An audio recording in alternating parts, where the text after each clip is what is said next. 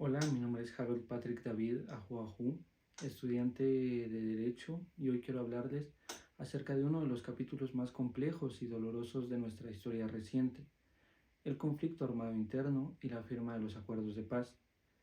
Un tema que no solo marcó a generaciones, sino que también dejó profundas huellas en nuestra identidad nacional, en nuestra política y en nuestra sociedad.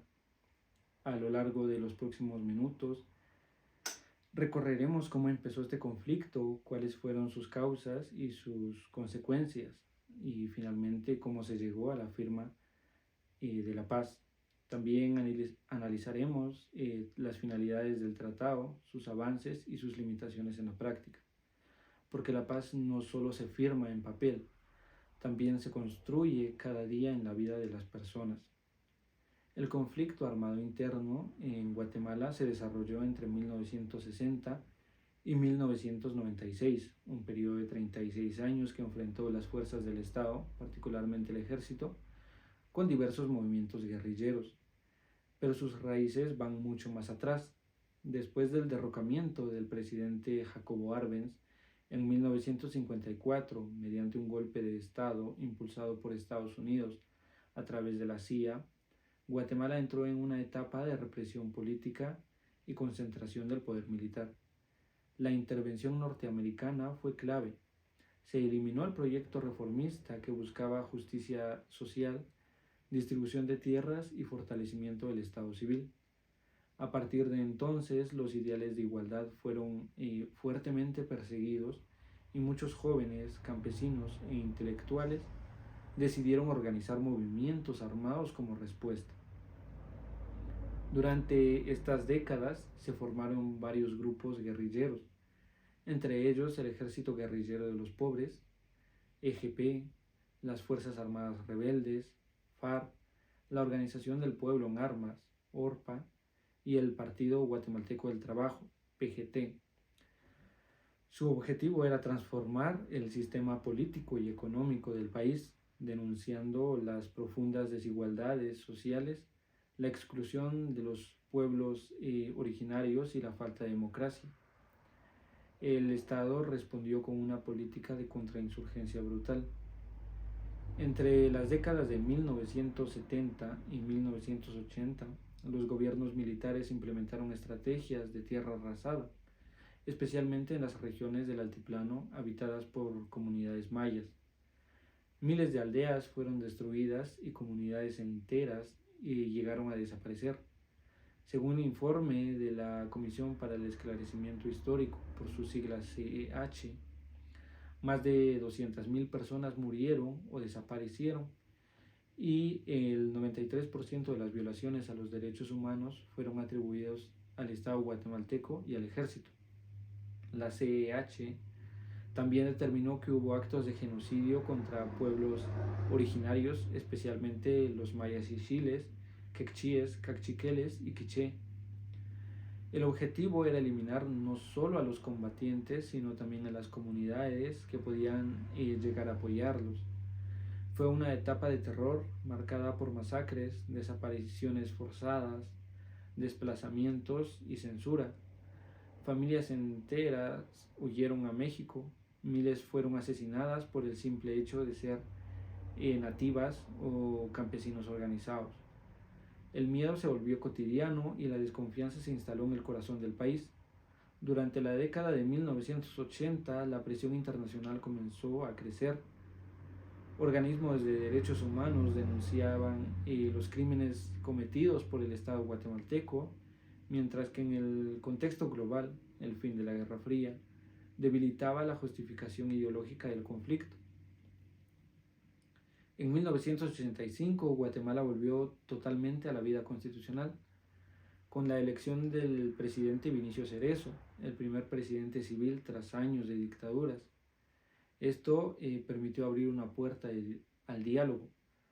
Durante los años 90, con el impulso de las Naciones Unidas y los otros organismos internacionales, se iniciaron negociaciones de paz entre el gobierno y la Unidad Revolucionaria Nacional Guatemalteca, que es la URNG, que agrupaba a los principales movimientos guerrilleros. Finalmente, Tras años de conversaciones, el 29 de diciembre de 1996 se firmaron los acuerdos de paz firme y duradera durante el gobierno del presidente Álvaro Arzú, un hecho histórico que marcó el fin del conflicto armado interno en Guatemala. Los acuerdos de paz no fueron un solo documento, sino un conjunto de 12 acuerdos temáticos firmados entre 1991 y 1996. Sus finalidades principales eran, número uno, poner fin al conflicto armado y garantizar el cese al fuego definitivo. Número 2, reintegrar a los excombatientes a la vida civil y política. Número 3, fortalecer la democracia, el Estado de Derecho y el respeto a los derechos humanos fundamentales. Número 4, reconocer la identidad y los derechos de los pueblos indígenas. Número 5, reformar las instituciones del Estado, en especial el sistema de justicia y el ejército. Número 6, promover el desarrollo económico y social con equidad y sobre todo construir una paz duradera basada en la justicia y la participación ciudadana. El acuerdo sobre identidad y derecho de los pueblos indígenas, el acuerdo sobre aspectos socioeconómicos y situación agraria, y el acuerdo sobre el fortalecimiento del poder civil y función del ejército fueron pilares fundamentales de estos tratados.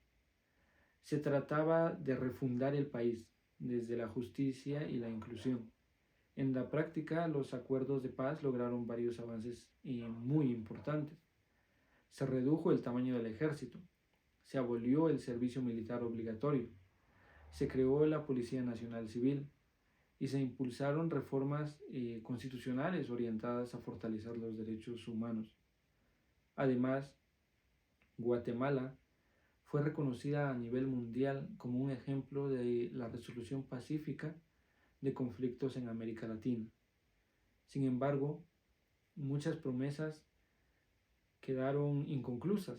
La pobreza y lo que es la desigualdad y la discriminación estructural continúan afectando gravemente a nuestro país.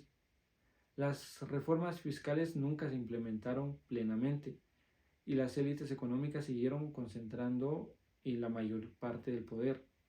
El racismo, la corrupción y la impunidad persistieron, mientras la memoria histórica fue relegada al olvido. Hoy, casi 3 décadas después, muchos guatemaltecos siguen exigiendo verdad, justicia y reparación, porque la paz no solo consiste en el silencio de las armas, sino en la presencia de oportunidades, de justicia y sobre todo de dignidad. El conflicto armado interno dejó heridas profundas, pero también nos deja enseñanzas valiosas.